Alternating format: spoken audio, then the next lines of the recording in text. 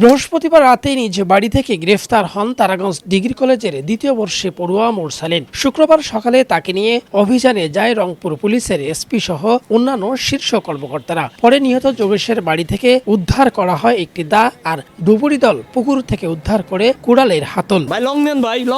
Police জানায় মাত্র ৮,০০০ টাকা ঋণের বোঝায় ছিলেন মোরসালিন। সেই ঋণের বোঝা নিয়ে হত্যাকাণ্ডের ৩ দিন আগ থেকে যোগেশের বাড়িতে টাইলসের কাজ করছিলেন তিনি। এ সময় তার মনে হয় অবসরপ্রাপ্ত এই শিক্ষক দম্পতির বাড়িতে বিপুল পরিমাণ টাকা আছে, তাই গত শনিবার রাতে প্রথমে সুবর্ণাকে পরে যোগেশকে কুপিয়ে হত্যা করে।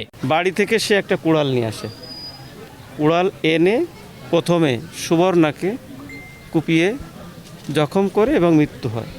পরবর্তীতে তার স্বামী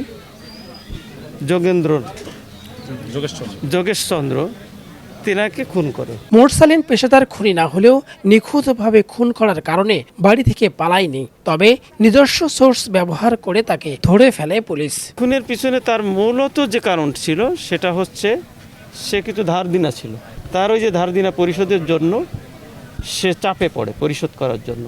তো তা কোনো উপায়ান্তর না পেয়ে তখন তার বাড়িতে থাকা ওই কুড়ালটা, যে কুড়ালটা দিয়ে হত্যা করা হয়েছে, সেই কুড়ালটা নিয়ে সেই কাজটা করে। মামলার বাদী ও নিহতের ছেলে র্যাবের কর্মকর্তা শোভেনচন্দ্র রায় গ্রেফতারের ঘটনায় সন্তুষ্টি প্রকাশ করেন। একটু তো স্বস্তি পাচ্ছি, কিন্তু এর পেছনে কে বা কাহারা জড়িত এটা তো তদন্ত প্রক্রিয়া এখন পর্যন্ত চলমান।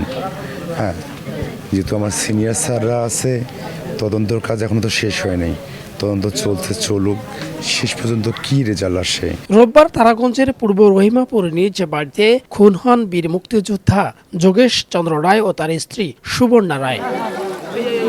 রফিকুল ইসলাম, দেশ টিভি, রংপুর।